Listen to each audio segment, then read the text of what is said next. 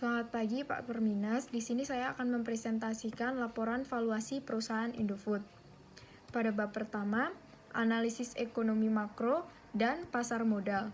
Pasar modal di Indonesia memiliki peranan yang sangat penting bagi perekonomian. Dalam hal ini, pasar modal menjadi sumber pembiayaan bagi perusahaan, terutama perusahaan besar yang menuntut permodalan besar dalam kegiatan operasionalnya. Investor sebagai pihak yang memiliki kelebihan dana dapat berinvestasi di pasar modal untuk memperoleh keuntungan. Sedangkan di sisi lain, perusahaan yang membutuhkan dana sebagai perkembangan dan pendukung kegiatan operasional dapat memanfaatkan dana investasi tersebut. Hubungan dinamis yang terjadi ini merupakan sebuah kegiatan yang mampu menunjang perekonomiannya. Secara makro, kegiatan ini juga menggerakkan kinerja perekonomian dan mampu meningkatkan kesejahteraan bagi masyarakat.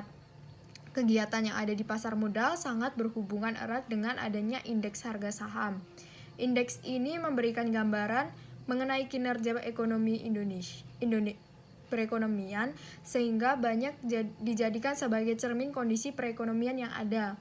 Mengingat pentingnya pergerakan indeks harga saham, maka indeks ini banyak dipublikasikan oleh berbagai media massa baik cetak maupun media elektronik.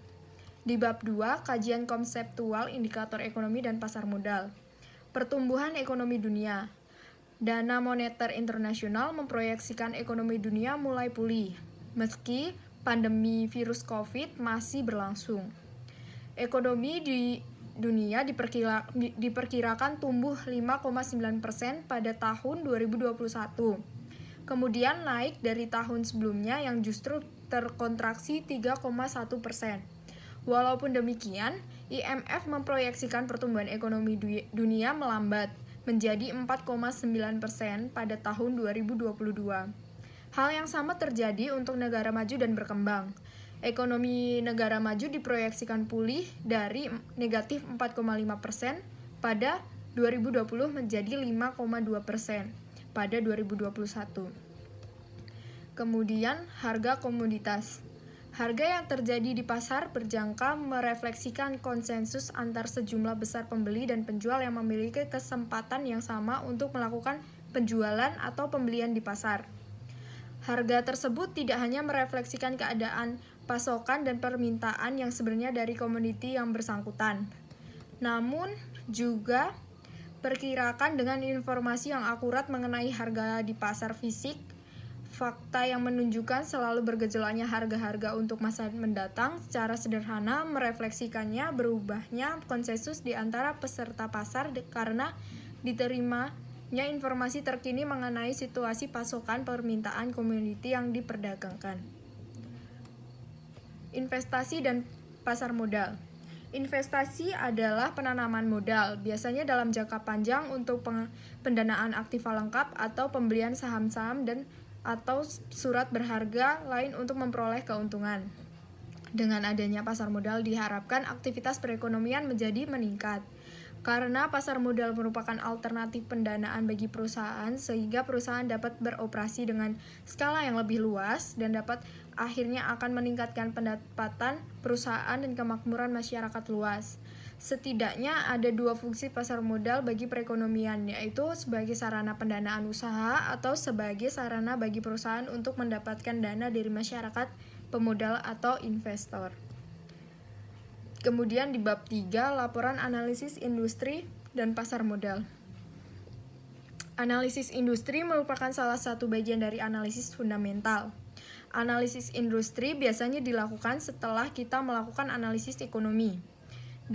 Dalam analisis industri, investor mencoba membandingkan kinerja dengan berbagai industri untuk mengetahui jenis industri apa saja yang memberikan prospek paling menjanjikan atau sebaliknya.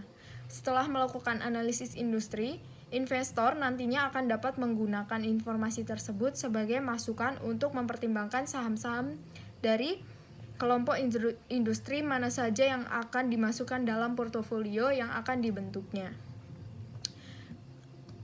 Kemudian, analisis industri dari Bursa Efek Indonesia, perkembangan industri consumer non-cyclicals, barang konsumen primer, kinerja lesu dibandingkan dengan indeks konsumen, angka Data yang ditunjukkan oleh data BEI menunjukkan barang konsumen primer melemah 7,43% secara year to date. Sementara sektor barang konsumen non-primer menguat 13,11% secara year to date. Di bab 4, gambaran umum perusahaan kinerja historis. Indofood. Gambaran umum perusahaan Indofood. Secara singkat, pada awalnya PT Indofood CBP Sukses Makmur Tbk Divisi Noodle didirikan di Jakarta dengan nama PT San Maru Food Manufacturing Co. Ltd. yang berdiri pada tanggal 27 April 1970 yang bergerak di bidang pengelolaan makanan dan minuman. Sedangkan PT San Maru Food Manufacturing Co. Ltd. cabang Semarang didirikan pada 31 Oktober 1987, diresmikan oleh Menteri Perindustrian Ir Hartanto dan Menteri Tenaga Kerja Sudomo. Pada tanggal 1 Maret 1904, PT San Maru Food Manufacturing Co. Ltd. dan anak perusahaan yang berada di lingkungan Indofood Group bergabung menjadi sebuah perusahaan dengan nama PT Indofood Sukses Makmur Tbk yang khusus bergerak di bidang pengelolaan mie instan.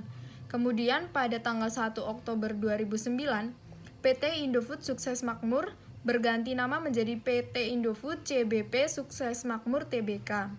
Dalam beberapa dekade ini, PT Indofood Sukses Makmur Tbk telah bertransformasi menjadi sebuah perusahaan total food solution yang kegiatan operasionalnya mencakup seluruh tahap proses produksi makanan, mulai dari produksi pengolahan, bahan baku, hingga menjadi produk akhir yang tersedia di rak para pedagang eceran. Kini Indofood dikenal sebagai perusahaan yang mapan dan terbuka di setiap kategori bisnisnya. Kemudian, analisis rasio keuangan. Kondisi keuangan PT Indofood Sukses Makmur pada tahun 2018 masih dalam keadaan baik dan dapat manfaatnya bagi perusahaan pada tahun tersebut masih memiliki cukup kemampuan untuk melakukan suatu tindakan di dalam penjaminan dan pembayaran hutang-hutangnya kepada pihak kreditur.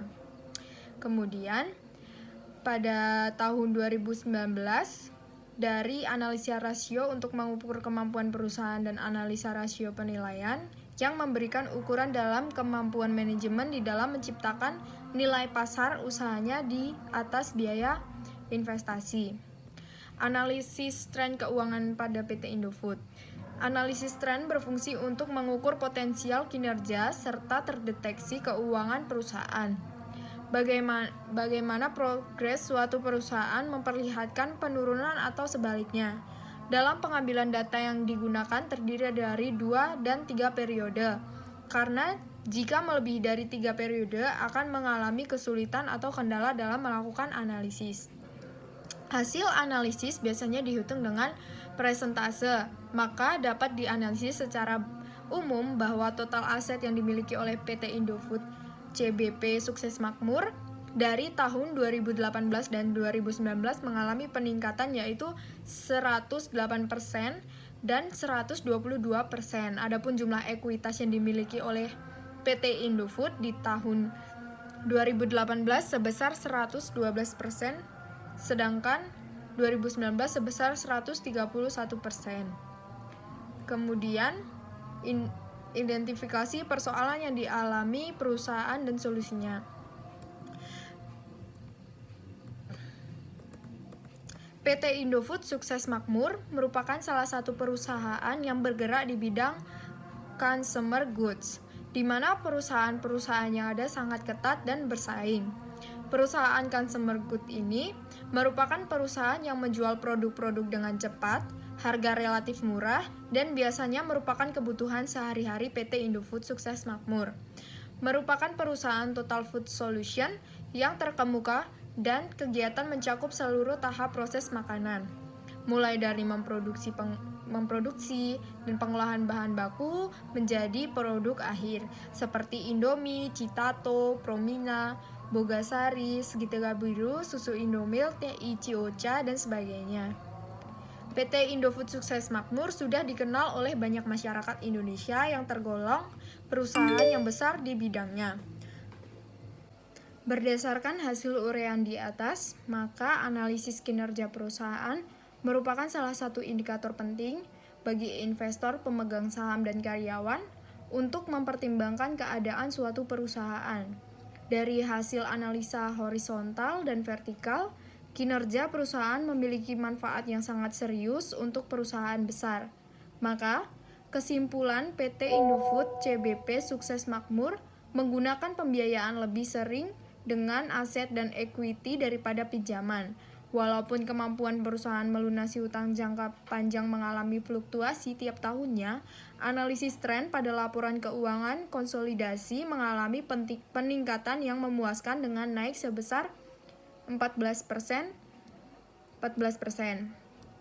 Kemudian saran untuk PT Indofood adalah yang pertama, PT Indofood CBP Sukses Makmur Tbk dapat mengoptimalkan efisiensi dan pertimbangan dalam pengambilan keputusan ekonomi serta aspek-aspek lainnya sehingga dapat meningkatkan laba.